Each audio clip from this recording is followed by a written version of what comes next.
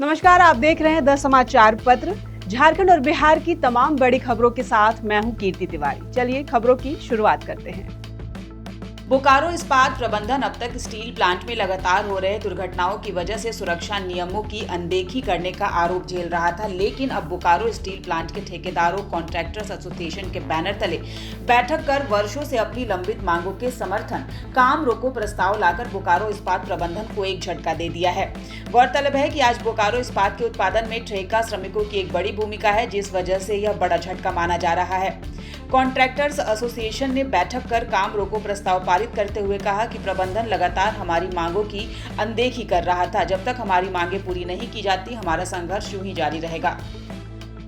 खबरों में आगे बढ़ेंगे। भारतीय जनता पार्टी के वरिष्ठ नेता और राजनीति के भीष्म पितामह कैलाशपति मिश्र की आज जयंती मनाई गई। इस अवसर पर रांची के बिरसा चौक स्थित उनकी प्रतिमा पर माल्यार्पण कर उन्हें श्रद्धांजलि अर्पित की गई। इस अवसर पर भारतीय जनता पार्टी के प्रदेश अध्यक्ष बाबूलाल मरांडी, कार्यकारी अध्यक्ष राज्यसभा सांसद आदित्य साहू, प्रदेश संगठन महामंत्री कर्मवीर सिंह, महानगर अध्यक्ष सहित कई कार्यकर्ता मौजूद रहे। बाद में पत्रकारों से बातचीत के दौरान पार्टी के प्रदेश अध्यक्ष बाबूलाल मरांडी ने कैलाशपति मिश्र को राजनीति के क्षेत्र में अपने अभिभावक के तौर पर बताया। अब बात बोकारो की। बोकारो पुलिस ने बड़ी कार्रवाई करते हुए गांजा और ब्राउन शुगर बेचने वाले गिरोह का भंडाफोड़ किया है। 3 अपराधियों को गिरफ्तार कर भारी मात्रा में नशे का सामान बरामद किया है। 4 अक्टूबर की सुबह बोकारो पुलिस को गुप्त सूचना मिली कि ग्राम सिजुआ तालाब के पास 2 युवक मोटरसाइकिल खड़े कर गांजा और ब्राउन शुगर का पुड़िया बनाकर बेच रहे हैं। सूचना पर पुलिस अधीक्षक के निर्देश पर डीएसपी मुख्यालय के नेतृत्व में छापामारी दल गठित किया गया। दल ने घेराबंदी कर दोनों युवकों को मोटरसाइकिल समेत पकड़ लिया। तलाशी में उनके पास से गांजा और पुड़िया ब्राउन शुगर बरामद किया गया। वहीं हर साल की तरह इस बार भी वेदांता ग्रुप ने फिटनेस और सामाजिक सरोकार के संदेश के साथ वॉकथन कार्यक्रम आयोजित किया। इस वॉकथन की शुरुआत चास एसडीपीओ प्रवीण कुमार सिंह और वेदांता ईएसएल के डिप्टी सीईओ रवि शर्मा ने संयुक्त रूप से हरी झंडी दिखाकर की। मौके पर कंपनी के सभी अधिकारी और कर्मी शामिल हुए। आयोजन का मुख्य उद्देश्य लोगों में फिटनेस की आदत विकसित करना है, साथ ही समाज सेवा की दिशा में भी यह कदम उठाया जाता है।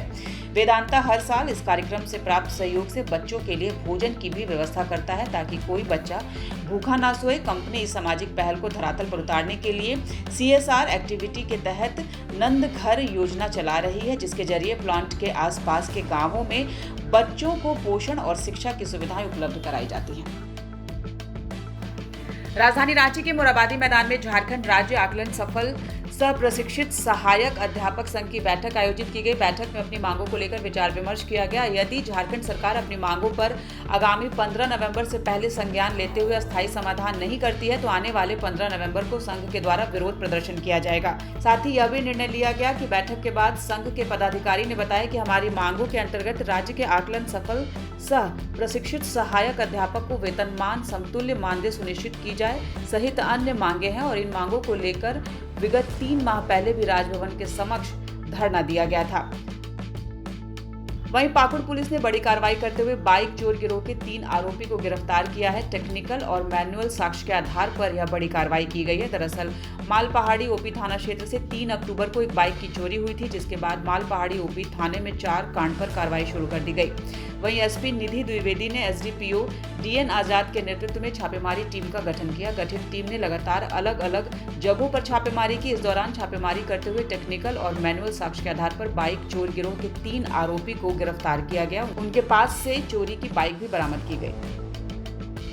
अब बात रिपब्लिकन पार्टी ऑफ इंडिया की। राजधानी रांची के हवाई नगर में रिपब्लिकन पार्टी ऑफ इंडिया के झारखंड प्रदेश इकाई की जनरल बॉडी मीटिंग आयोजित की गई। इस कार्यक्रम में मुख्य अतिथि के रूप में पार्टी के राष्ट्रीय सचिव विजय प्रसाद गुप्ता की मौजूदगी रही। आज Jharkhand Pradesh Republican Party of India group का पुनर्गठन किया गया, जिसमें सर्वसम्मति से शिव उरांव को प्रदेश अध्यक्ष चुना गया, जिसकी औपचारिक घोषणा राष्ट्रीय सचिव विजय प्रसाद गुप्ता ने की। साथ ही बैठक में झारखंड बनने के बाद भी यहाँ के मूल निवासी दलित, आदिवासी एवं पिछड़ा वर्ग के जीवन स्तर में कोई सुधार नहीं आया। इन बातों को ध्यान में रखते हुए और बाबा साहब भीमराव अंबेडकर के सपनों को साकार करने के लिए रिपब्लिकन पार्टी ऑफ इंडिया अपनी पार्टी का विस्तार करने जा रही है, ताकि समाज के अंतिम पंक्ति पर खड़े व्यक्ति को भी उनका हक और अधिकार मिल सके। अब बात बारिश से हो रही समस्या की। 2025 के मॉनसून ने पूरे दमखम के साथ इस बार बरसात की है, या यूं कहें कि प्रकृति ने इस बार बरसात का पूरा आनंद लोगों को लेने दिया है। परंतु कई लोगों के लिए यह आनंद कहर बनकर बरसा है।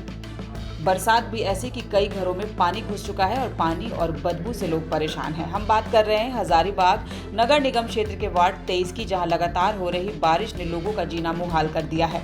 आलम यह है कि अब बरसात का पानी लोगों के घरों में घुस चुका है। लोग त्राहिमाम कर रहे हैं। लोगों के घरों में पानी घुस गया है, जिससे लोगों को खासी परेशानी हो रही है। वार्ड 23 के हरिजन मोहल्ले का आलम यह है कि लोगों को मजबूरन इसी जमे हुए गंदे पानी में रहने को विवश होना पड़ता है। इसी पानी से होकर उन्हें गुजरना पड़ता है। पीने तक का पानी यहाँ मौजूद नहीं है। पीने के पानी के लिए लोगों को उसी पानी से होकर जाना पड़ता है। जहाँ चापानल है वहाँ भी पानी और गंदगी से लोग परेशान हैं। लोग इस गंदे जल जमाव से होकर जाकर पानी भरते हैं और फिर उसी पानी को पीने के लिए विवश हैं। हजारीबाग नगर निगम वार्ड 23 की हालिया स्थिति कहीं न कहीं सरकारी दावों की पोल खोल रही है। अब देखना यह है कि कब तक इन लोगों को इस भारी जल जमाव से निजात मिल पाएगा। तो ये थी बिहार झारखंड की तमाम बड़ी खबरें। अगर आपने हमारा चैनल सब्सक्राइब नहीं किया है तो हमारे चैनल को सब्सक्राइब कर लीजिए, लाइक कीजिए, फॉलो कीजिए। इस बुलेटिन में इतना ही। मुझे दीजिए इजाजत। नमस्कार।